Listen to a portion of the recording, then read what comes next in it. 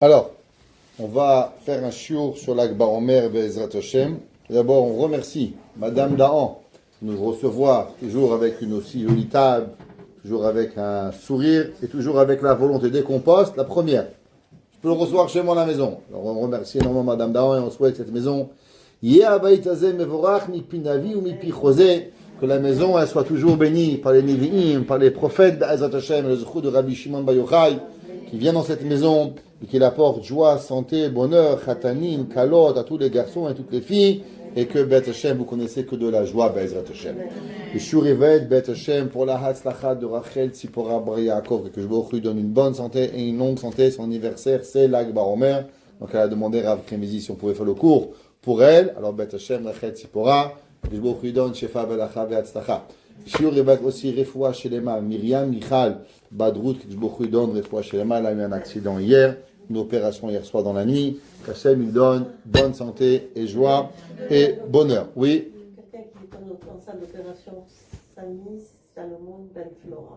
Shalmi Salomon Ben Flora, qu'Akadosh Baruch Hu, il donne refoua shlema betor she'ar chole amecha Israël. Je me permettrai de dire, mais je crois que c'est la scara de mon beau-père cette semaine, et mon père c'est la semaine prochaine. Ok. David Ben Chassiba et Moshe Ben Simcha. David Ben Chassiba et Moshe Ben Simcha, Tiyo Nishmatam Tserura Bitzro Rahayim, et que Akadosh Baruch Hu, il fasse qu'ils sont mélitiochers pour toute leur famille. L'Akba Omer, c'est une fête très spéciale parce que pas beaucoup de monde connaissent l'importance de l'Akba Omer. Bon, on allume une bougie pour Rabbi Meir, on allume une bougie pour Rabbi Shimon Bar Yochai, et pourtant il y a un phénomène très spécial. Comment 1 million de personnes en Israël ils se déplacent pour l'Akba Omer dans le monde entier, à New York, en Maroc, en Pologne, il y a dans le monde entier, au Canada, il y a quelque chose qui attire tout le monde à l'Akba Omer. Alors c'est une fête sympathique, bien sûr on fait des barbecues, bien sûr on mange, mais il y a quelque chose de beaucoup plus fort que ça, qui attire tous les juifs du monde, Séfarad, Ashkenaz, Chassidim. Généralement quand il y a des fêtes, il y a toujours un peu de politique qui vient. Les Séfarad y font, les Ashkenazim y font pas, les Chassidim y font, les Chassidim y font pas. Et là, d'un coup, la fête de l'Akba Omer, intéressant, tout le monde, il est heureux, tout le monde y vient, tout le monde il allume le feu. Alors, il y a quelque chose qu'on va essayer de découvrir ensemble. Qu'est-ce que c'est ce moment tellement grand de la fête de l'Akba Omer? D'abord, il faut comprendre que tout le monde se pose la question. Vous savez que Rabbi Shimon Bar Yochai, il était que l'élève de Rabbi Akiva. Rabbi Akiva, le grand maître, en ce moment, pendant les périodes de Pesach à Shavuot, on lit les Pirkei Avot et on essaye de travailler sur nous-mêmes, sur nos défauts, sur nos qualités, devenir une meilleure personne.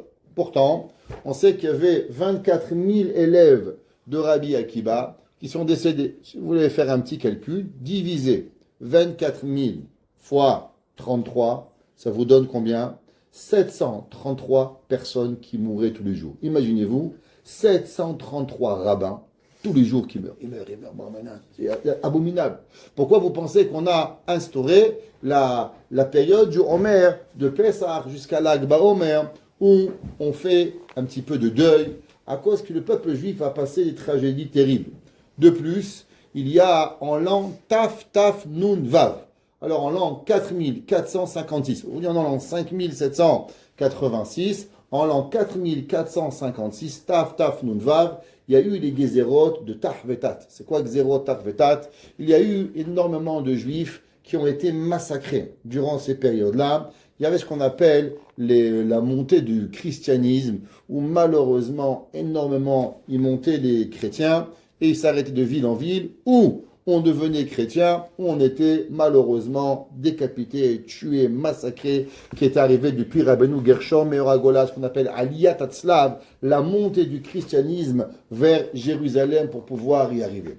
D'après beaucoup, c'est là que ça a été vraiment repris, le moment du deuil pendant les périodes du Homer. Mais il en reste, c'est que la question, elle est, Rabbi Akiva était le maître de Rabbi Shimon Bar Yochai. Pourtant, si je vous demande, c'est quand la Hilula de Rabbi Akiva? Il n'y a pas beaucoup de gens qui vont savoir, peut-être personne qui vont savoir. C'est quand la Hilula de Rabbi Akiva? Qui c'est? C'est quand? Yom Kippour lui-même. Hazak, il avait raison, pas beaucoup. Hazak Baruch. Et pourtant, c'est le jour, le maître. Rabbi Akiba, il était le maître de Rabbi Meir, le maître de Rabbi Shimon, le maître de Rabbi Yehuda, tout le plus grand maître. Et lui, il passe à l'as. Et Rabbi Shimon, son élève, lui, il est fêté et il est glorifié pour avoir. De plus, si vous lisez un petit peu Bar Yochai, on a qui ont la coutume de chanter le chant de Bar Yochai tous les vendredis soirs. Alors il y a différentes coutumes. Il y en a qui le chantent avant le Kiddush, il y en a qui le chantent après le Kiddush, il y en a qui le chantent Shabbat matin. Chacun avec ses coutumes et chacun il fait et il continue de le faire comme il a l'habitude. L'essentiel, vous ne bagarrez pas avec votre mari. Ça c'est le plus important. Dans le chant de Bar Yochai, qui a été écrit par Rabbi Shimon Lavi, intéressant, vous savez, on avait à Montréal un des élèves à la Yeshiva, et son arrière-petit-fils était chez nous à la Yeshiva, Baruch Hashem, Meir Lavi, ceux qui l'ont connu, il était à la Yeshiva, qui est son arrière-grand-père, avait composé ce chant Bar Yochai. Et dans le chant, il dit comme ça, Velisde tapuchim alita. Et dans le chant, pas le chant, la chanson, mais le field, en anglais, le chant de pommes alita. De quoi on parle des pommes ici? On ne parle pas d'un pommier. On parle de ce qu'on appelle généralement le fruit du Etz Hadat. Dans la Kabbale, il est mentionné comme le pommier. Malgré qu'on ne parle pas d'une pomme, Adam Arishon n'a sûrement pas mangé une pomme. D'après tous les avis de la Torah, Adam Arishon n'a jamais mangé une pomme. Pourtant, c'est marqué Velisde tapuchim alita. On parle qu'il est monté dans le champ où là-bas il y a les pommiers de la sagesse. Rabbi Shimon Bar Yochai, tu es arrivé, tu as monté. L'ilkot bo merkachim. Pour récolter les choses éloignées. De quoi on parle? Ça veut dire quelque chose qui est loin. Généralement, on parle de sagesse que les gens, normalement, n'arrivent pas à pouvoir attraper. Toi, Rabbi Shimon Bar Yochai, tu es allé récolter, comme vous pourrez dire, les pommes les plus loin. Par exemple, je ne sais pas si vous êtes déjà parti à la cueillette des pommes. Alors, les petites pommes qui tombent en bas, c'est les premières qu'on prend. Maintenant, si vous voulez prendre les pommes et les plus grosses pommes, les plus grosses rouges, elles sont tout en haut de l'arbre. Il faut apporter une échelle, il faut être grand, il faut attraper. Les havdil, Rabbi Shimon Bar Yochai, on dit aussi, tu es allé dans les pommiers les plus hauts et tu as récolté les choses les plus difficiles à pouvoir attraper. Sod Torah, les secrets de la Torah, ketzissim ou frachim. Elles ont comme des fleurs que tu as attrapées. Donc, pourquoi? Parce que vous savez, le seul fruit, le seul généralement où les fleurs, elles vont avoir très belles dans les arbres, c'est les pommiers. Donc, il dit ça de Torah, les secrets de la Torah du Rabbi Shimon Bar Yochai, ketzitzim ou frachim, comme des fleurs dans cet arbre de pommier que tu as eu. Et là, il va dire 4 mots. Naase Adam, faisons l'homme, ne'emar ba'avurecha. Ça a été dit pour toi. Qu'est-ce que ça veut dire? Vous savez qu'au moment où Akadosh Baruch Hu, il a créé le monde, premier jour, la terre, le ciel, deuxième jour, l'eau, troisième jour, la terre, les fruits, et ainsi de suite. À la fin, au 6e jour, Akadosh Baruch Hu, il a rapporté tous les anges de la terre, et il a dit, j'ai une question pour vous. Il dit, quelle est la question?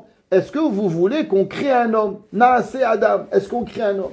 Et les anges, ils ont dit, non, on ne crée pas les hommes. Akadosh Baruch Hu a dit, oui, on crée les anges. Il y a eu un débat, est-ce que l'homme est une bonne personne? L'homme est une mauvaise personne? Est-ce que l'homme, il va fauter? Est-ce que l'homme, il va être bon?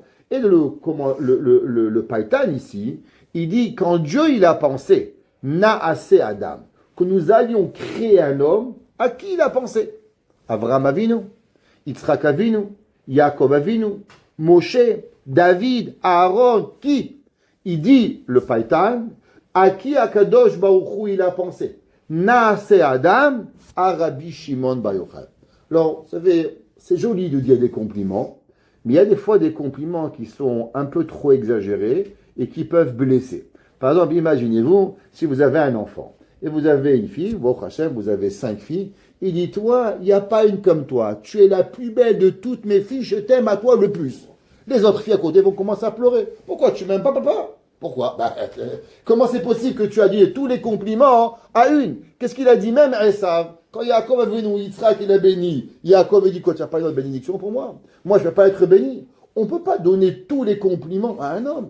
Qu'est-ce que ça veut dire? Naase Adam ne'emar ba'avurecha. Je ne comprends pas. Moshe Rabbeinu, il est monté dans le Sinaï, il a pris la Torah, première table de la loi, deuxième table de la loi, il a demandé pardon au peuple juif, il nous a fait sortir d'Égypte. David Amelech, il était appelé à Meloucha. David Amelech, il est la tête de Mashiach, Ben David, Mashiach, Tzedkenu, Bemer Rabbi Yameinu. Comment c'est possible qu'on ose dire Naase Adam ne'emar ba'avurecha? Et quoi, il n'y avait pas notre homme? Il n'y avait pas une autre personne sur terre qui va avoir? Moi, j'aurais pensé, de qui Akadosh Baruch Hu, il a pensé Naaseh Adam? Il a pensé de Mashiach.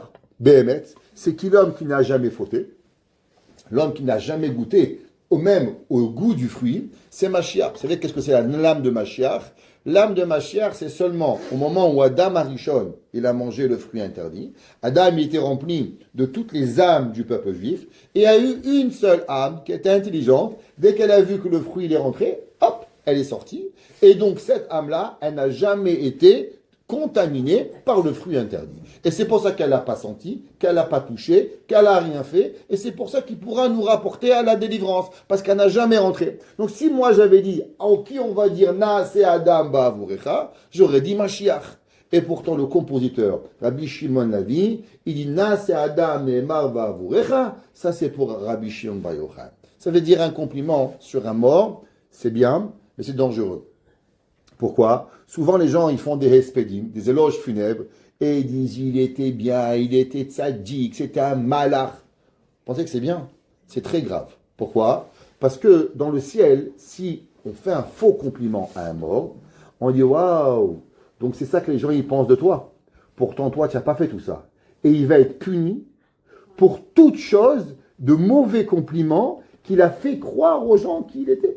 Vous n'avez pas d'idée ce que ça représente. Et nous, tous les juifs du monde, ça fait 2000 ans, on dit Naaseh Adam Ba'avurecha. Si c'est faux, il faut l'effacer. Et si c'est vrai, comment c'est possible que c'est vrai? Donc comment on marche avec cette phrase Naaseh Adam Ba'avurecha? D'abord, il faut comprendre qui était Rabbi Shimon Bar Yochai, qu'est-ce qu'il a fait, et c'est quoi ça, la grandeur de Rabbi Shimon Bar Yochai. Donc d'abord, il faut savoir que c'est bien de manger, de faire une seouda, mais le jour de l'Ag Ba'omer, plus important que de manger du hot dog ou des kefta en sandwich, il y a des choses beaucoup plus importantes que ça, qui est, Be'emet, ça s'appelle le don de la Torah, à un troisième niveau. Et je vais expliquer. Vous savez qu'il y a eu deux dons de la Torah. Il y a eu le don de la Torah le 6 de Sivan, il y a eu le don de la Torah le jour de Yom Kippour. Pourquoi? Parce que là, le jour de Yom Kippour, comme on a dit, c'est le jour où Rabbi Akiba est décédé. Mais il en reste, c'est que le jour de Yom Kippour, on sait qu'il y a Torah Shebirtav, Torah Shebealpé, les deuxièmes tables de la loi. Et donc, on a déjà eu deux tables, deux matins de Torah. 7 de Sivan et Yom Kippour. Par la suite, on a eu une troisième don de la Torah. C'est quand le troisième don de la Torah, Hanouka. Hanouka, c'est aussi un don de la Torah. Pourquoi? Parce que si vous remarquez historiquement, il n'y a aucune trace de loi orale avant Hanouka.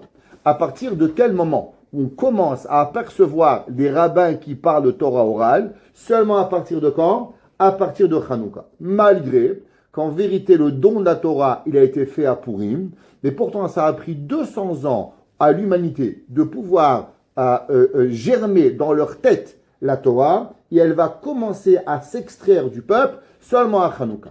Mais là, on est à un niveau Torah Shebirtav, Torah Shebealpé.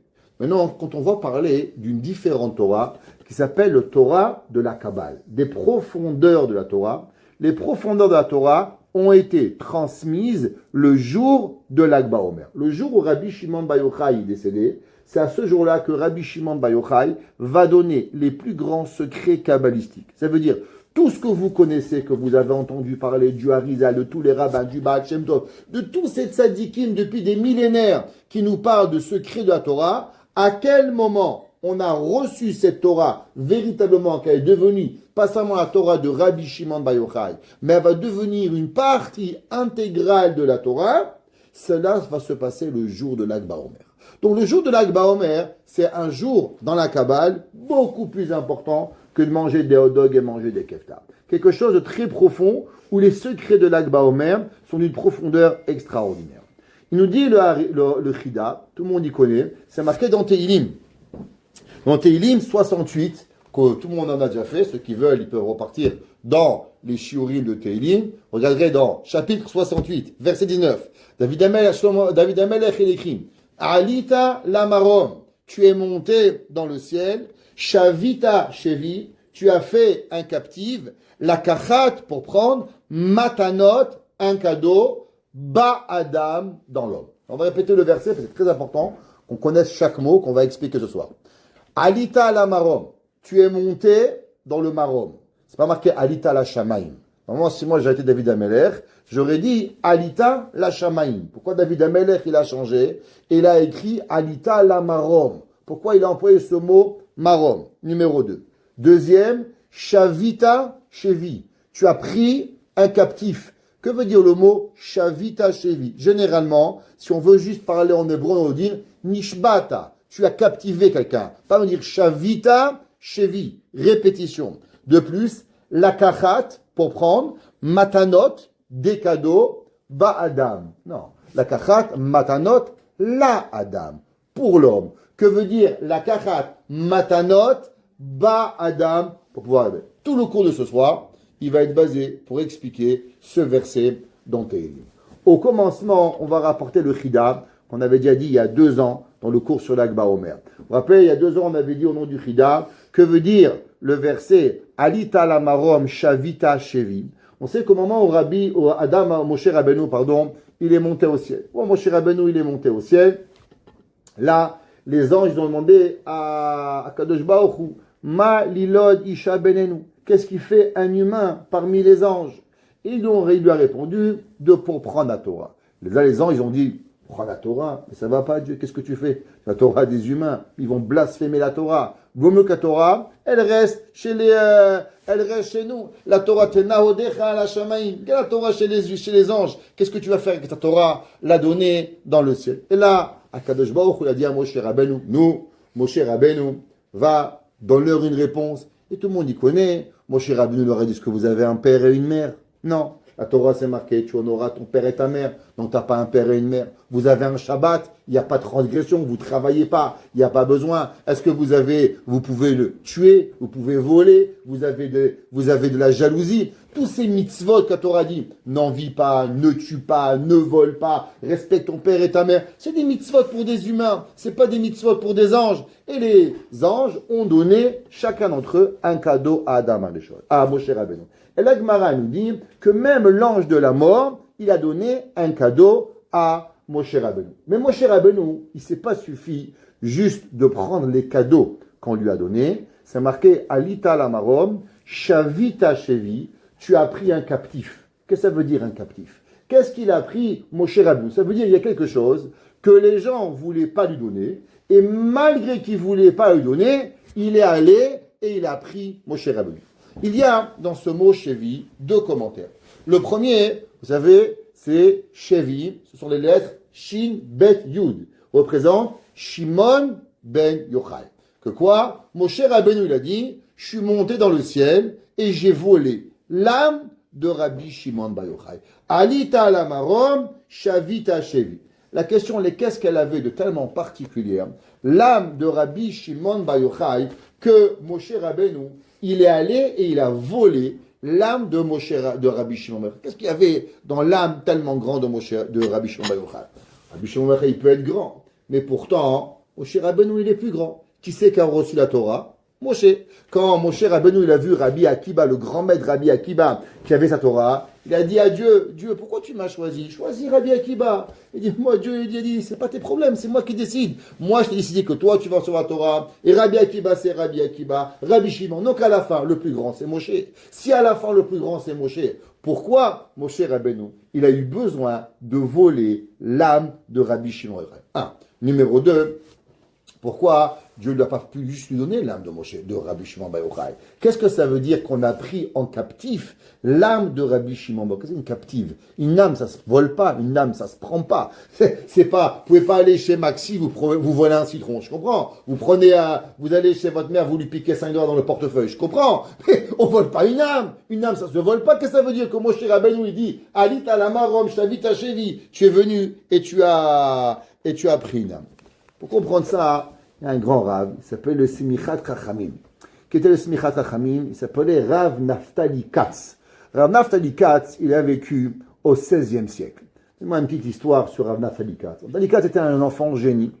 À l'âge de 8 ans, il connaissait déjà tout le Talmud. Un enfant d'une brillance extraordinaire. Un enfant d'une beauté rare.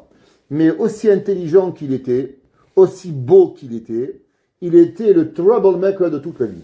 C'était l'enfant que vous ne vouliez pas faire avec. Ce que vous vouliez pas que ça arrive, Eh bien, lui, il le faisait. Et un jour, il y avait le roi de Pologne qui est arrivé à Cracovie.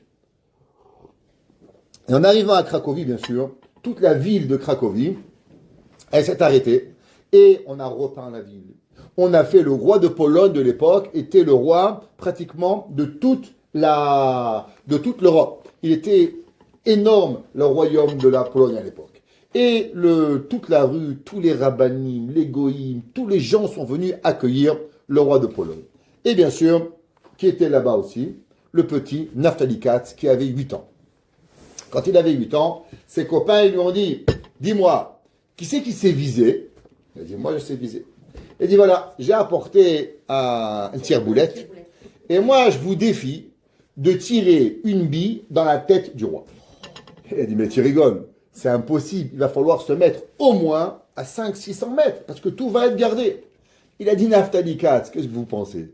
Moi, à 1 kilomètre, je tire la tête du roi. » Il dit « C'est impossible. » Il dit « C'est impossible, regardez-moi faire. » Le petit enfant Naftali Katz, il est monté tout en haut.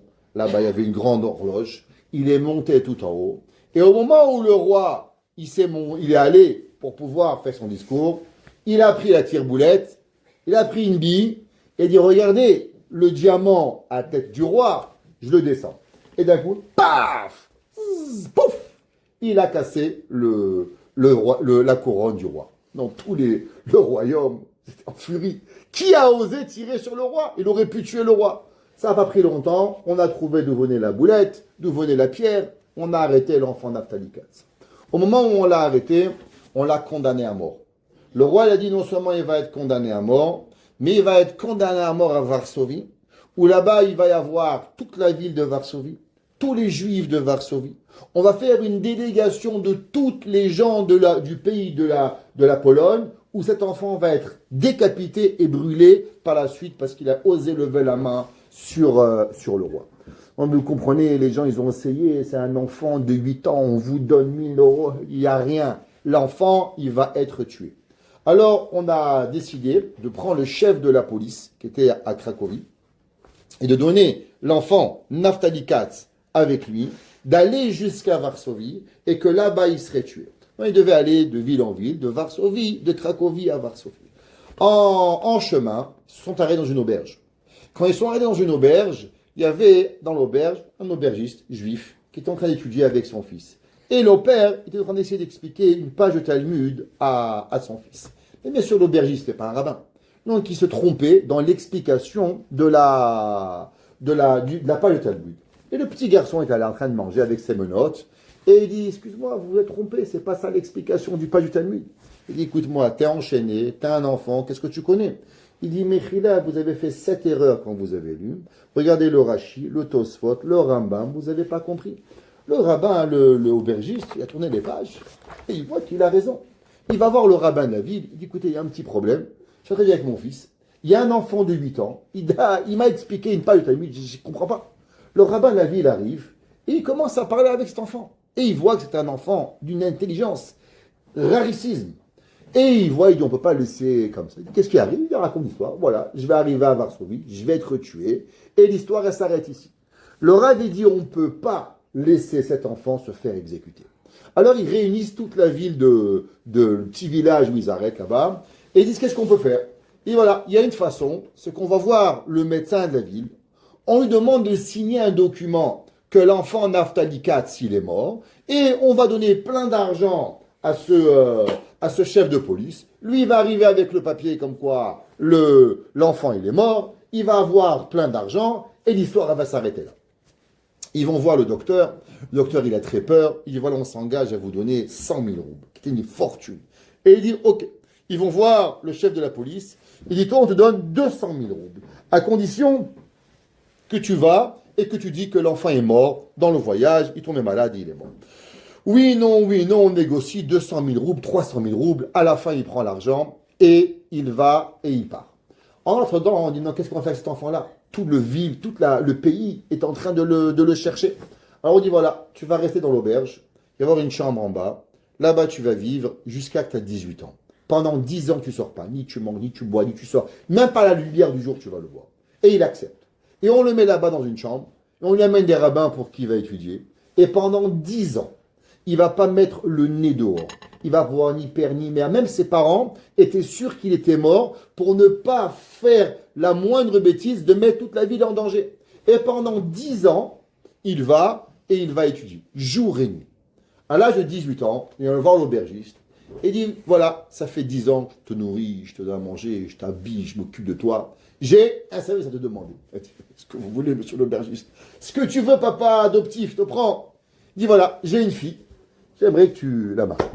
Pas de problème, on se fiance ce soir. Et il va, et ce soir, il accepte, et on fait les fiançailles de Naftali Katz avec la fille de l'aubergiste. Et à partir de ce moment-là, Naftali Katz a changé de visage, et il pleurait tous les jours. Tous les jours, il pleurait. Alors la Kala, il dit, papa, il y avait un garçon, il était souriant, il était là. Et là, tous les jours, il pleure, il est triste. Qu'est-ce qui se passe? Il dit, je ne sais pas. Il dit, je sais que le matin, il se lève très tôt, il fait sa douche, il va au mikvé. Peut-être c'est le bon moment pour pouvoir lui parler. Alors il va, il se lève le matin, et dans la chambre, il entend parler.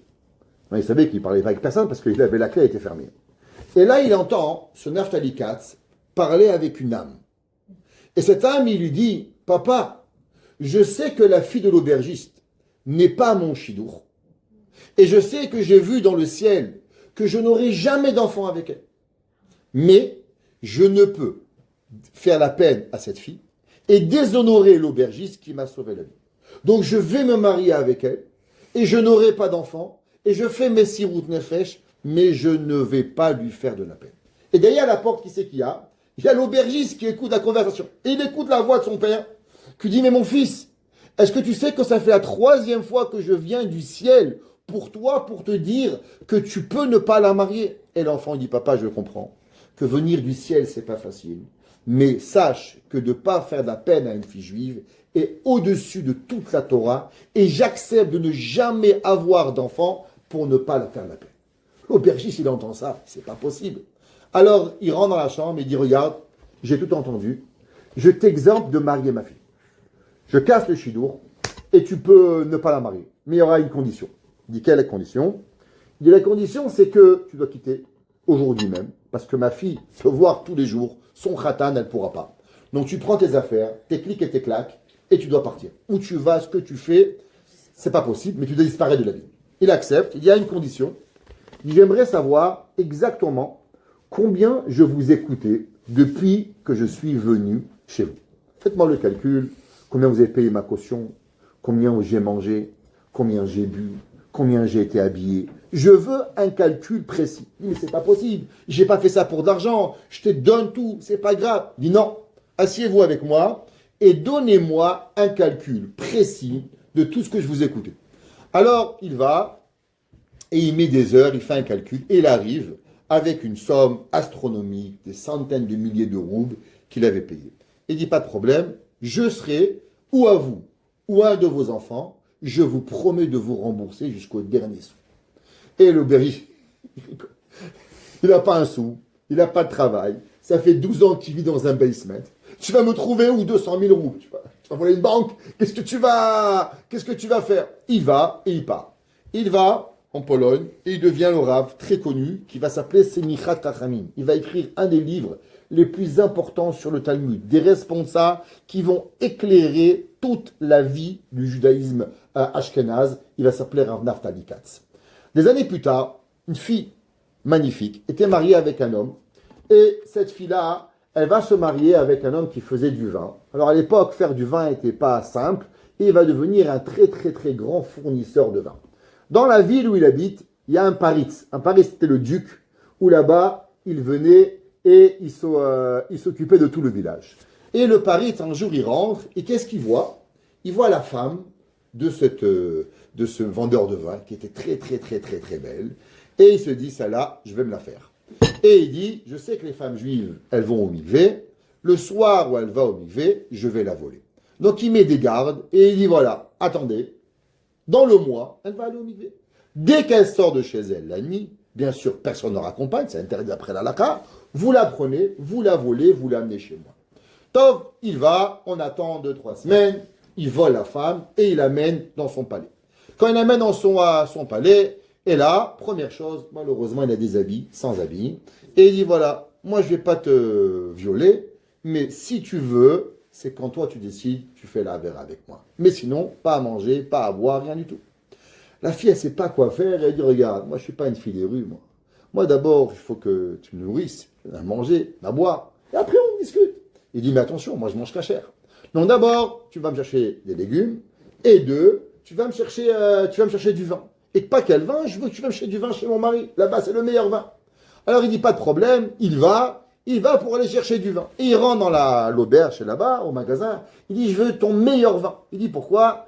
Il dit, parce que ce soir, je vais avoir la femme que je rêve toute ma vie. Maintenant, lui, il voit que sa femme, elle n'est pas là. Elle ne comprend pas qu'est-ce qu'il arrive. Il achète le plus bon vin. En attendant, madame, elle voit, il y a des beaux rideaux. Qu'est-ce qu'elle fait? Elle arrache les rideaux. Et dans les rideaux, elle se couvre avec et elle se sort. Lui, il arrive à la maison, il ne trouve plus la femme. Lui, la femme, elle arrive chez elle et voit son mari. Et son mari lui dit, mais regarde, le goy, il m'a dit qu'il allait s'amuser avec toi. Mais non, tu as dû faire une avéra. Elle dit, je te promets que je n'ai pas fait d'avéra avec lui. Elle dit, mais regarde, lui, il m'a dit qu'il a acheté du vin. Lui, il m'a dit comme ça. Maintenant, regarde, la marquette a été prise entre la femme et le mari. Le mari dit, madame, tu as fait un péché. La femme, elle dit, moi, j'ai rien fait. Et comme ça, ils se bagarrent, oui ou non, oui ou non, oui ou non. C'est qui décide, les deux, d'aller chez le Smichat Rachamim, Ranav Talikatz. Et chez Ranav Talikatz, qui va décider quoi faire. Alors, il écoute l'histoire. Il leur dit, repartez dans votre ville. Dans 3 jours, vous allez avoir la preuve que madame, elle n'a rien fait. Et quand vous aurez la preuve, revenez me voir. Top. 3 jours plus tard, qui c'est qui revient? Le Paritz. Le Paritz, il vient, et là, il est en pleurs. Il dit, qu'est-ce que vous avez? Il dit, je veux ton meilleur vin pour me saouler. Il dit, pourquoi? Il dit, il y a une semaine, tu étais là, tu voulais le plus bon vin pour t'éclater. Maintenant, tu veux le plus bon vin pour pourrir. Il dit, regarde, il y a une semaine, je pensais que j'allais avoir un grand kiff. Mais maintenant, cette femme, elle s'est sauvée. Elle a piqué mes rideaux. Il dit, pourquoi des rideaux, tu pleures? Il dit, mais non, dans les ourlets de mes rideaux, il y avait là-bas tous mes diamants. Elle s'est sauvée avec mes rideaux et mes diamants. Alors moi, non seulement le péché, j'ai pas fait, l'argent, j'ai perdu, les bijoux, j'ai perdu. Alors je suis en pleurs. Ils prennent les rideaux et ils vont voir Rav Naftali Katz. Naftali Katz, il dit, vous avez vu, monsieur le mari, votre femme, il vous a avoué qu'elle a rien fait. Ouvrez les rideaux. Ils ouvrent les rideaux, ils trouvent les diamants. Il dit, allez vendre les bijoux. Ils vont vendre les bijoux. Sur les bijoux, il y avait 232 000 roubles. Il dit, voilà, les 232 000, il sort de sa veste et il dit, voilà, vous étiez ma fiancée, vous avez oublié. Et les 232 000 roubles, c'est les 232 000 roubles que votre père, il avait investi pour moi depuis que j'étais rentré et j'avais promis de lui rendre. Voici le contrat. L'argent est à vous, la femme est à vous et repartez chez vous. Et c'est comme ça que Naftali Katz, il s'est fait connaître dans le monde. Naftali Katz, il explique et il dit, qu'est-ce que c'est ce verset? Alita la marom shavit hashevi. Il dit la première question. Pourquoi Kadosh Bao, David Amelech, il a écrit Alita la marom, tu es monté dans le ciel. Pourquoi marom? Il dit parce que la Torah, elle est où? Vous savez, c'est marqué, on a fait dans Shabbat, qu'au moment où Akadosh Baruch Hu, il a fait Shabbat, où il a mis Shabbat, Akadosh Baruch Hu, c'est marqué que Dieu, il a un trésor, et dans ce trésor, il y a quoi? Shabbat. Donc dans les trésors de Dieu, il y a le Shabbat. Le Shabbat, il est seulement une des 613 mitzvot. Maintenant, où est-ce qu'elle est la Torah? Il dit Rav Naftali Katz que dans le ciel, vous savez qu'il y a des endroits, c'est pas comme vous croyez, le ciel, c'est une place. Le ciel, il y a 7 cieux. Dans chaque partie du ciel, il y a des malachim, des anges qui ont accès, et il y a une partie du ciel qui n'existe aucun homme et ange qui peut avoir. Cette partie du ciel, elle s'appelle Marom. L'endroit le plus élevé du ciel où aucun homme, aucun ange, aucun chaya, aucune ce qu'on appelle les chayot HaKodesh, les séraphim, n'ont le droit de s'approcher. Elle s'appelle comment? Elle s'appelle Marom. Et là-bas, c'est là-bas que Akadosh Baruch Hu, il a gardé la Torah. C'est pour ça il dit le Smichat Rachamim. Qu'au moment où les anges, ils ont vu Akadosh, ils ont vu Adam, ils ont vu Moshe Rabbeinu. Oh, ça c'est pas grave. Mais au moment où ils ont vu Moshe Rabbeinu monter dans l'endroit qui s'appelle Marom. Et stop. Je comprends pas. Il y a un homme. Au-dessus de l'homme, il y a quoi? Un malach. Au-dessus du malach, qu'est-ce qu'il y a? Séraph. Au-dessus du Séraph, qu'est-ce qu'il y a? Il y a Chayot. Au-dessus de Chayot, il y a Ophanim. Des anges sur des anges sur des anges. Et eux, ils n'ont pas accès à ce qu'on appelle Marom. Comment c'est possible que Moshe Rabbeinu, il a eu le droit de monter dans l'espace qui s'appelle Marom? Bémet, c'est une très grande question, et il faut la répondre. Alors pour ça, on va essayer d'expliquer une discussion dans le Talmud entre Rabbi Shimon Bar Yochai et Rabbi Shimon ben Gamliel. D'abord, vous devez savoir qu'aussi grand que Rabbi Shimon Bar Yochai il est, et très souvent, si vous ouvrez des Mishnayot, Rabbi Shimon y parle. Chaque fois que vous voyez une Mishnah, prenez une Mishnah, Amar Rabbi Shimon. C'est qui Rabbi Shimon? Rabbi Shimon Bar Yochai. Chaque fois que vous ouvrez dans le Talmud, Amar Rabbi Shimon Bar Yochai. Ok? Maintenant, toujours, je vais vous choquer, chaque fois que Rabbi Shimon Bar Yochai y parle, la halacha, elle n'est pas comme lui. Jamais. Dans le Talmud, dans la Mishnah, jamais la halacha, elle est comme Rabbi Shimon Bar Yochai. C'est incroyable. Il a écrit toute la Kabbale.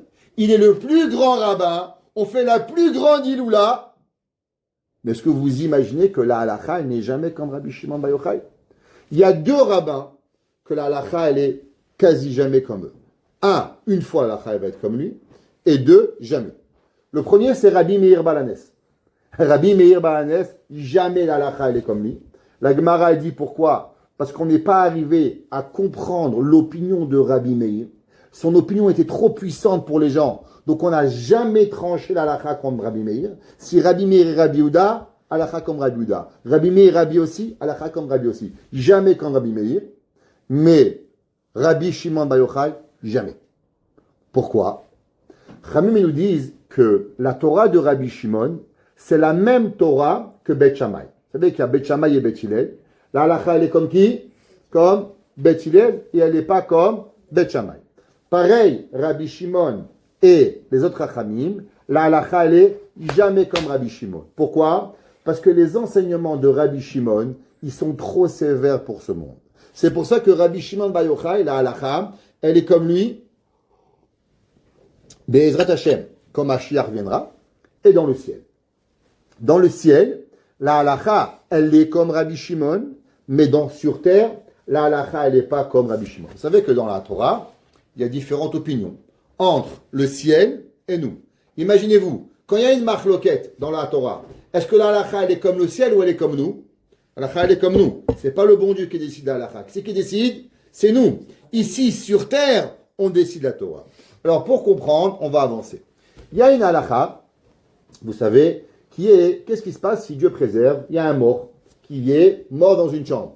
Qu'est-ce qui se passe? D'après la Torah, toutes les personnes qui sont dans la chambre deviennent impures. Ce qu'on appelle l'impureté de mort qui s'évance dans une chambre. Si par exemple, vous allez à une nevaya, vous allez à un enterrement, eh bien, toutes les personnes qui sont dans la chambre, ils deviennent impurs. C'est pour ça qu'un Kohen, par exemple, ne peut pas être dans la même pièce où il y a un mort. Pourquoi? Parce que le Kohen, même qu'il n'y a pas de Beth Amikdash aujourd'hui, il ne peut pas s'impurifier aux morts. Ouais, c'est la parole de cette semaine. Parachat est mort, purification des Kohanim et sainteté des Kohanim pour pouvoir y arriver. Donc, la halakha demande, c'est marqué dans le pasuk, Adam ki yamut ba'oel. Un homme qui meurt dans une chambre, est-ce que la chambre devient tamée, oui ou non? Maintenant, qu'est-ce que ça veut dire Adam? Qu'est-ce que ça veut dire un homme? Un homme, c'est qui un homme? Est-ce qu'un homme, on parle d'un juif ou on parle de n'importe quel homme? Est-ce que la Torah l'a dit Adam Yehudi, Adam Mikem? La Torah l'a seulement dit Adam ki yamut ba'oel. Un homme qui va mourir, alors il va impurifier toute la chambre. Il y a une discussion entre Rabbi Shimon Bar Yochai et Rabbi Shimon ben Gamliel. Rabbi Shimon Bar Yochai, il dit, vous savez qui c'est qui est appelé un homme dans la Torah? Un homme dans la Torah n'est appelé seulement un juif. Un non-juif, il n'est pas appelé Adam. Rabbi Shimon ben Gamliel, il dit pas du tout. Il dit un homme, quelque chose qui mange, qui parle, qui réfléchit, c'est un homme. Ça veut dire qu'un homme, il n'est pas un homme. Comment tu voudrais dire que un non-juif, il n'est pas un homme? Ça veut rien dire. Maintenant, voilà, on va essayer de réfléchir. Comment Rabbi Shimon Bar Yochai, il ose dire qu'un non-juif, il n'est pas Adam? C'est bizarre. Vous savez qu'un de nos grands maîtres s'appelait le Baal HaTanya. Le Baal HaTanya, quand il a écrit son livre, il y a eu beaucoup et énormément d'antisémitisme dans le peuple juif par rapport à son livre. Et il a été vendu chez le tsar de Russie en disant qu'il avait écrit un livre qui dégradait la nation autre que les Juifs. Et il a été mené en cour. Et dans la cour, on lui a posé plusieurs questions. Entre autres, comment c'était possible que dans son livre, il expliquait et il disait que les non-juifs ne s'appellent pas Adam. Il va répondre à toutes les questions, à part à celle-là. Il ne va jamais la répondre. Le juge ne va jamais lui redemander, et lui, il ne va jamais l'expliquer. Quand il va sortir de prison, le Balatania, ouais, le tête qui se lève, pour ceux qui connaissent, ouais, mais je ne suis pas Chabad, mais je connais un petit peu de notion Chabad. Alors, il arrive, c'est que le Balatania va lui demander, Rabbi, pourquoi tu n'as pas répondu, et pourquoi le juge t'a pas reposé la question? Le Balatania, il va dire, moi, j'ai pas répondu pour pas déshonorer le juge, et lui, il m'a pas redemandé parce qu'il a eu peur de la réponse. Il n'a pas voulu comprendre pourquoi il n'était pas un Adam, et moi, par rapport à lui-même, j'ai pas voulu lui répondre. Mais la question, elle est, qu'est-ce que ça veut dire Adam? Pourquoi un, il pense que Adam, c'est un juif, un, il pense que Adam, c'est pas un juif. Que veut dire le mot Adam? Nous avons dans la Torah deux explications pourquoi un humain s'appelle Adam. Pourquoi vous appelez Adam? Pourquoi Adam Arishon s'appelait Adam? Il y a deux réponses et on va trouver les deux dans deux midrashim différents. La première, c'est comme Adam elle a dit, à cause que Dieu a demandé à Adam Arishon. Vous savez qu'Adam Arishon, Dieu lui a donné tous les animaux de la terre, tous les oiseaux, toutes les créatures qu'il a créées. Il lui a demandé comment on appelle ça, comment on appelle ci, comment on appelle là. Il a dit un lion, il a dit une vache, il lui a dit un mouton, il lui a dit un aigle, il lui a dit un perroquet. Tous les animaux, Adam Arishon les a nommés. Ce que les anges n'étaient pas capables de faire. Les anges n'ont pas arrivé à trouver pourquoi une para, une vache, ça s'appelle para, et pourquoi ça s'appelle pas arié. Quelle est la force en hébreu? C'est pas juste trouver un nom. En français, ça s'appelle un livre. Pourquoi ça s'appelle pas une table? Aucune idée. On appelle ça c'est une table, c'est un livre. En hébreu, c'est pas comme ça. En hébreu, chaque mot, il a un shoresh, il a une racine, et la racine veut dire quelque chose. Par exemple, comment on dit en hébreu une table? Pourquoi on a du mot shulchan?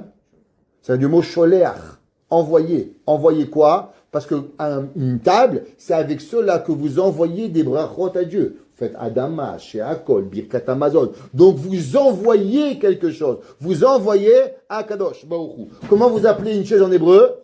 Qui sait pourquoi ça s'appelle qui sait? Parce que c'est mechassé, parce que ça recouvre. C'est pour ça. En hébreu, il n'y a pas un mot qui veut rien dire. C'est pas, on n'a pas inventé comme ça, le temps, ici, c'est. Tout a une racine. Et trouver l'animal, c'est quoi? L'essence d'animal et le nom d'animal et savoir l'intérieur de ce qu'il va faire pour pouvoir lui donner un nom. Alors Dieu, à la fin, il a demandé à Adam Arishon, comment tu t'appelles? Il va lui dire Adam. Et là, on va trouver deux raisons. Un dans le Midrash et un dans Iyov. Dans le Midrash, on voit que Dieu, il dit à Adam Arishon, pourquoi tu t'appelles Adam? Il va dire Kiminha Adam Alukaf, parce que j'ai été pris de la terre. Ça veut dire, si l'homme s'appelle Adam parce qu'il vient de Adama, alors Rabbi Shimon ben Gamliel, il a raison. Tous les humains de la terre proviennent de la terre. Donc tu es français, américain, espagnol, marocain, américain, ouais, chacun, il est Adam. C'est pour ça que quand on meurt, elle Adam Tachouv, elle Afar Tachouv. On vient de la terre, on repart à la terre. Donc si on va d'après le Midrash, il a raison Rabbi Shimon ben Gamliel, qu'en vérité, l'homme, qu'est-ce qu'il est? L'homme, il provient de la terre. Donc si l'homme, parce qu'il provient de la source, la base provient de la terre, donc tous les humains de la terre vont s'appeler comment?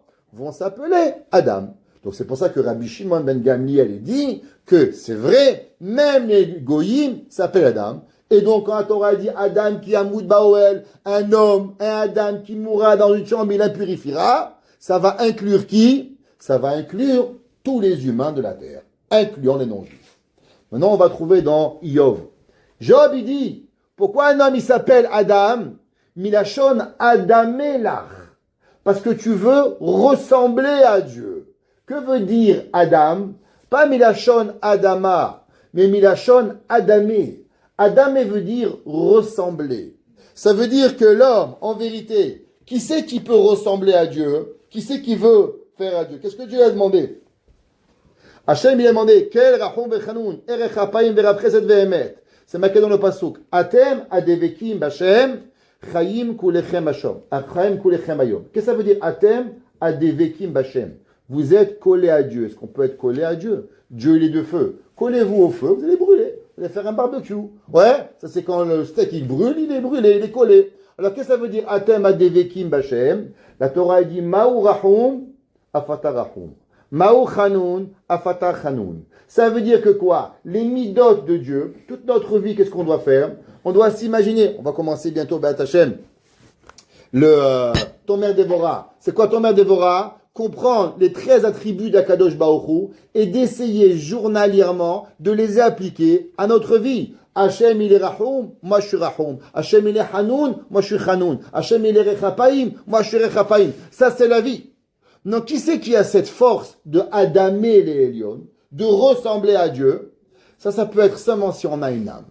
Ça veut dire qu'en vérité l'homme, il est partagé en deux choses. Il est partagé entre son corps, et il est partagé à son âme. Qu'est-ce que l'homme il est? Si l'homme il est Behemet Adam, Milachon Adama, alors un goy il est Adama. Maintenant, si c'est à cause que Adamé les Elion, à cause qu'on va ressembler à Akadosh Baruch Hu, alors les nations du monde, ils ne sont pas Adamé les Elion. Ils n'ont rien à voir. Ils n'ont pas la génétique que nous on a. Ça n'existe pas. Je raconte toujours. Un jour, j'étais dans l'avion, je suis parti en voyage, et il y avait un monsieur, il n'avait pas de repas cachère. Non, ma femme, Baruch Hashem, femme marocaine, qu'est-ce que vous pensez? Il y a un sac, 20 kilos, 10 kilos de manger. Le petit déjeuner, Baruch Hashem, la baguette, le plat. J'avais un sac plein. Donc le pauvre, le gars, il a failli manger pas cachère. Je dis, monsieur, prenez mon plat et mangez. Moi, je sors mon sandwich, je mange. Elle vient à l'hôtesse, elle me dit, il est où votre plat? Je lui ai dit, monsieur, je donnais. Il m'a dit, c'est votre frère? Je dis, non. Elle m'a dit, mais vous donnez votre plat? Je dis, bah, il n'a pas de quoi manger, c'est cachère, je lui donne à manger. Elle revient, elle me dit, mais je ne comprends pas. Vous lui donnez votre plat, vous ne le connaissez pas? Je dis, non, il mange cachère, j'ai à manger. Elle part. Et comme ça, 10 fois, elle revient. Elle ne comprend pas, mais pourquoi vous donnez votre plat? Je dis, madame, j'ai plein à manger, il n'a pas de quoi manger, on lui donne. Elle ne comprend pas. Elle n'arrive pas à concevoir qu'un gars, il donne son manger. Qu'est-ce que ça veut dire? C'est à toi, il a qu'à crever. C'est quoi le problème? Adamé les Elion, c'est pas seulement pour le manger. Un jour, je fais Toronto-Montréal.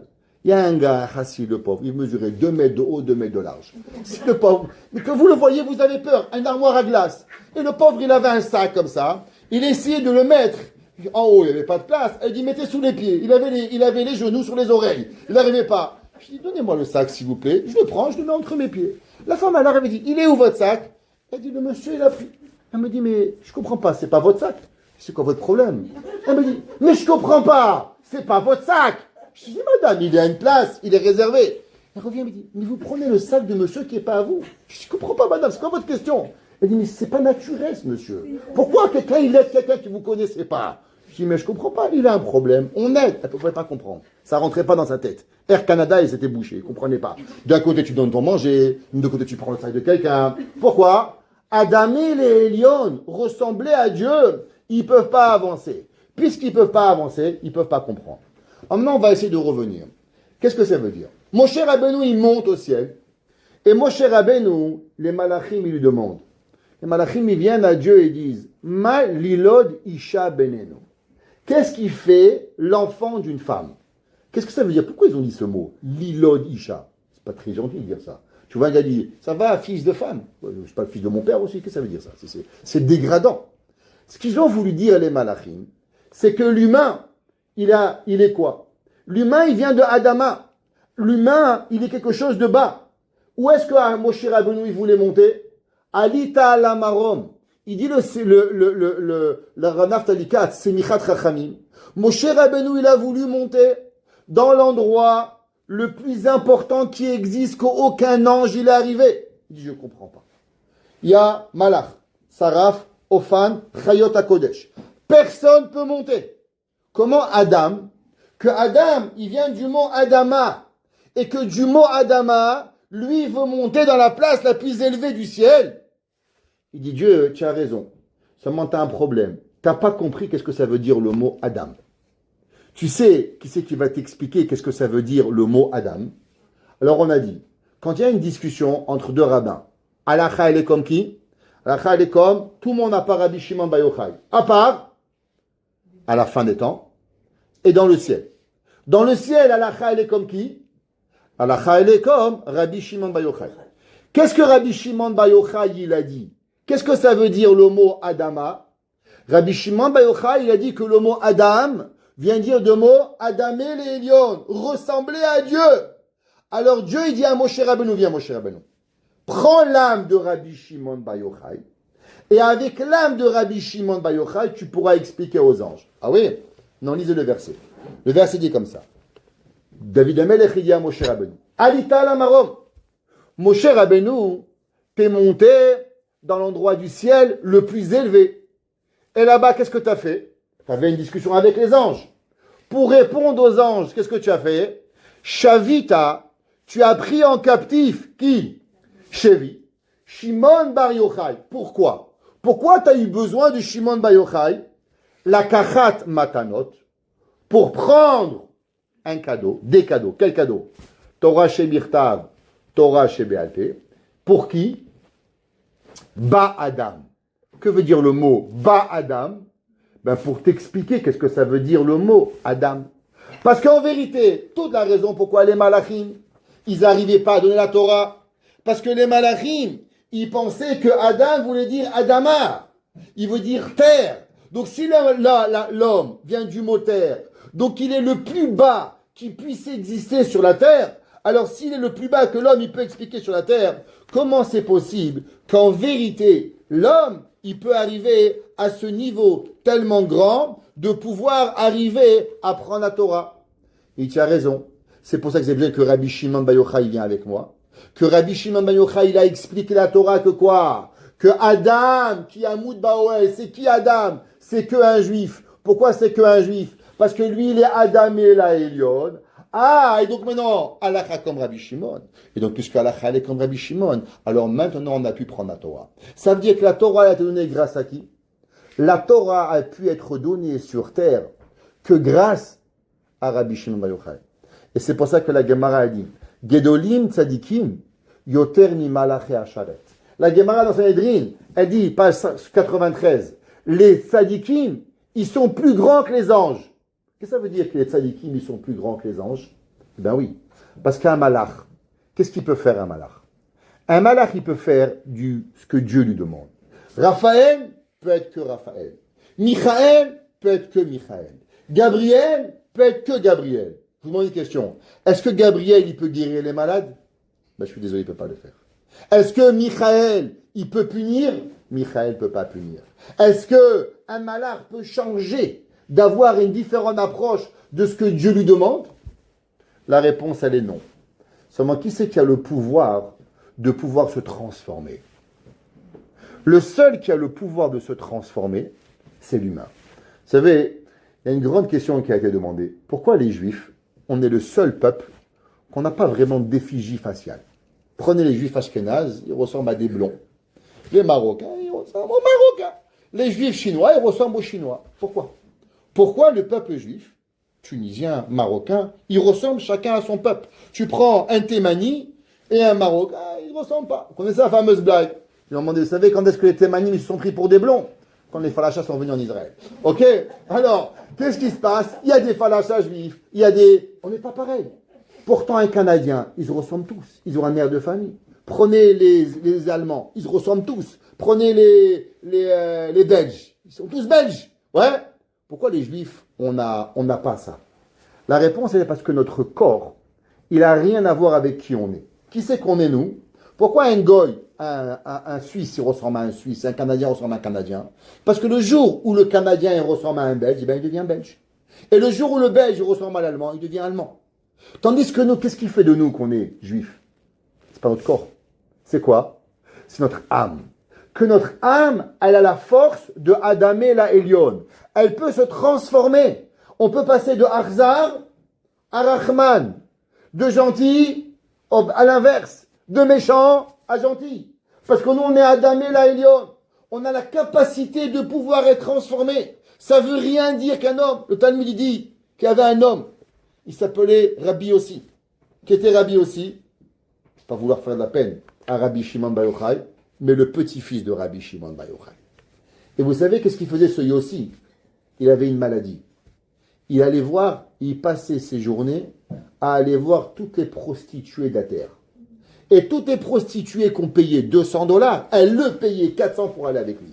Il était omnibulé, ce qu'on appellerait aujourd'hui obsédé. Il était complètement perdu dans la terre. Et un jour, il va venir ce rabbin, celui aussi. Il était le petit-fils de Rabbi Shimon Bar Yochai, fils de Rabbi Elazar ben Rabbi Shimon. Pour vous dire, c'est pas. Son père est dans la Méhara pendant 13 ans avec lui. Et il va changer. Et il va devenir Rabbi aussi, le grand maître du Talmud. Là, vous posez une question. Mais comment on peut passer de l'homme avec la Ta'ava, la pire sur terre, à devenir Rabbi aussi? Et à la fin, les maîtres, ils vont le nommer Rabbi aussi. Ils vont lui donner une semicha. Il va devenir parmi les plus grands maîtres du Talmud. Comment c'est possible? La réponse, c'est que notre âme, elle n'est pas figée. Un homme, la terre, c'est figé. Tu jettes la terre, elle tombe par terre. La terre, il y a la gravité. Tu peux faire ce que tu veux. Tu prends la terre, tu jettes une pierre à 100 mètres, 200 mètres, 500 mètres, 1 kilomètre. Qu'est-ce qui va se passer à la fin? Elle va retomber. La seule différence, c'est à la force que tu jettes, mais à la fin, qu'est-ce que tu fais? Tu vas retomber d'où tu es venu. C'est Adama. Là, il peut vivre 100 ans, 120 ans, 200 ans, 930 ans, 969 ans, Mathusalem. Mais à la fin, il fait quoi le corps? À la fin, il meurt. Tu es mort. C'est tout. C'est ton corps. Mais ton âme, c'est quoi ton âme? Ton âme, elle n'a aucune limite de pouvoir faire ce que toi tu veux. Il a dit Rabbi Shimon Bar Yochai, les anges, ils ont dit à Dieu, Ma lilod isha beneinu. Qu'est-ce qui fait le fils de la femme? Qu'est-ce que ça veut dire? Il dit, mais tu comprends pas. La Torah, elle appartient à quelqu'un qui doit être au-dessus de tout. Il dit Rabbi Shimon, tu as raison. Seulement, vous n'avez rien compris. Que si tu crois que l'homme, il est limité, alors tu n'as pas compris le pouvoir de l'homme. Le pouvoir de l'homme, c'est Adam et les Elion. Je peux me transformer à chaque moment, quand je veux, comme je veux, où je veux, et je fais ce que je veux. Qu'est-ce que c'est l'Ag Baomer? L'Ag Baomer, c'est rien. C'est un jour dans l'année où chez nous, les séfarades, on n'a même pas le droit de se couper les cheveux. Les Ashkenazim, ils se coupent les cheveux. Nous, on ne peut pas se couper les cheveux, on ne peut même pas se marier. Alors, c'est quoi l'Ag Baomer? La réponse, elle est l'Ag Baomer, elle est ce que vous voulez qu'il devienne. Si vous voulez que ce soit un barbecue, eh bien, c'est le barbecue. Si vous voulez que ce soit un moment de Kedusha, il est de Kedusha. Si vous voulez que ce soit un moment de prière, il est un moment de prière. Si vous avez envie que c'est le jour de votre vie où vous voulez vous connecter avec Akadosh Baruch Hu, vous avez droit. Rabbi Shimon Bar Yochai, il a fait descendre le plus grand feu qui existe sur terre, où tous les anges du ciel sont venus chercher Rabbi Shimon Bar Yochai. Je ne comprends pas. Un jour qui est rien. Un jour qui n'a pas marqué l'histoire. Pourtant, on va devenir tellement grand, où 1 million de personnes viennent fêter l'Aïloula. Oui. Tu sais pourquoi? Parce que c'est le jour où l'Ag Baomer, on comprend qu'on n'est pas scié et qu'on n'est pas vissé sur terre. On a toutes nos possibilités de pouvoir faire ce qu'on veut, quand on veut, comme on veut. Rabbi Akiva a transmis ce début à Rabbi Shimon Bar Yochai. Rabbi Akiva, il était petit, il était chauve, il n'était pas beau, il n'était pas riche, il n'était pas beau gosse, il ne marchait pas en Versace. Il va se marier avec qui? Avec la fille Rachel. Mais encore, Rabbi Akiva va pas arriver à expliquer ce concept de quoi? De Adam et la Elion. Qui c'est qui va nous dire qu'en vérité, nous, on a tous les pouvoirs sur terre? Un ange, il vous voit, il est jaloux de vous. Vous savez qu'on dit tous les vendredis soirs, vous dites Shira Shirim. À la fin de Shira Shirim, c'est bien ceux qui veulent se marier, dites Shira Shirim. 40 jours, vous vous mariez. C'est Goula, connu. Ouais, c'est pas compliqué. Dites 40 jours Shira Shirim. Bet Hashem, vous allez vous trouver un bon khatan. Non seulement se marier avec un bon khatan, intelligent, beau, qui a toutes les ma'alot, même qui va vous gâter énormément. Tout, qui étudie, qui fait tout ce que vous voulez. Shira Shirim, c'est le meilleur Ségoula qui existe pour pouvoir arriver. À la fin de Shira Shirim, on dit Chaverim, Makshivim, les kolech hashmieni. Que veut dire Chaverim, Makshivim, les kolech? Tes amis écoutent ta voix, ouais. Alors, lève ta voix. Chaverim, Makshivim, les kolech. Tes amis écoutent, alors lève ton son. Dit le Midrash de qui on parle? Il dit le Midrash Rabbah que les anges, quand on étudie, les anges, ils viennent écouter. Qu'est-ce que tu dis, Rachel? Qu'est-ce que tu dis, David? Qu'est-ce que tu dis, Shlomo? Chaverim, makshivim lekolech.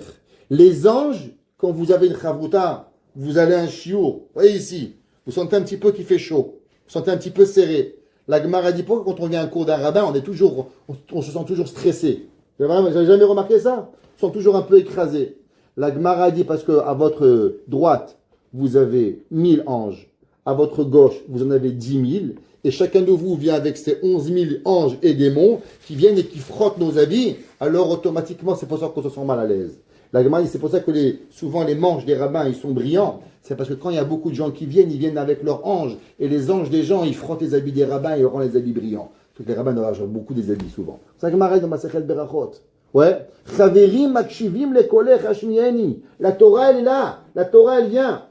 L'Agba Omer, on a le pouvoir de se dire une chose dans la vie. Les Arabes, ils ont inventé un moussag, un concept. Vous savez comment ça s'appelle? Maktoub. Vous savez c'est quoi Maktoub? C'est comme ça. Tu peux rien faire. Ça, c'est tu le gardes pour Mohammed. Chez nous, moi, je ne suis pas papa Mohammed. Je m'appelle Israël, je m'appelle Meir, je m'appelle Rachel, David, Shlomo. Maktoub n'existe pas. Tu sais pourquoi Maktoub n'existe pas? Parce que moi, je m'appelle Adam. Qu'est-ce que ça veut dire Adam? Adam et les Elion. De la même façon qu'Akadosh Baruch Hu, il peut tout faire. Hachem, il a tout créé. Hachem, il n'est pas limité. Akadosh Baruch Hu, il fait ce qu'il veut, quand il veut, comme il veut, sans jamais avoir aucune limite. Mais vous savez qu'il n'y a pas de limite dans la vie? Ben c'est nous. On n'a aucune limite. On peut faire ce qu'on veut. La seule chose qui nous limite, vous savez qu'est-ce que c'est? C'est nous-mêmes. Vous savez, il y avait un jour un grand magicien. Vous savez comment il s'appelle le plus grand magicien de l'histoire? Houdini. Houdini. Et Houdini, il avait un truc. Houdini, il savait ouvrir toutes les portes. Et un jour, on l'a amené dans une prison. Et on lui dit, voilà, il y a un très grand un cadenas. Il faut que tu l'ouvres. Tu as 1 heure. Et Houdini, il a passé 57 minutes, 58 minutes, il n'arrivait pas à l'ouvrir. Et à la fin, il a remarqué quelque chose. Vous savez quoi? Que la porte a été ouverte. Ils avaient laissé la porte ouverte. Et c'est pour ça qu'il n'arrivait pas à ouvrir la porte. Il a dit, Houdini, le seul cadenas qui a failli me laisser à l'intérieur, c'est un cadenas imaginaire que je pensais que c'était fermé. Que je n'avais pas laissé essayer la porte ouverte. La seule chose qui vous bloque, c'est pas votre père, c'est pas votre mère, c'est pas votre travail, c'est pas votre vie, c'est pas votre passé. Vous savez c'est qui? C'est vous-même. Et la seule et unique façon de se débarrasser de tout, c'est de savoir qu'on est capable de tout. Et c'est ça le cadeau de l'Akba Omer. Pourquoi Rabbi Shimon Bar Yochai, il est vénéré à travers les années, à travers le temps, à travers les siècles, à travers les millénaires, Sepharad, Ashkenaz, Chassid? Parce que le message qu'il nous donne, il est le plus vrai message, le plus authentique. On n'est pas fermé, on n'est pas serré, on n'est pas fermé, on peut avoir tout ce qu'on a envie. Pourquoi?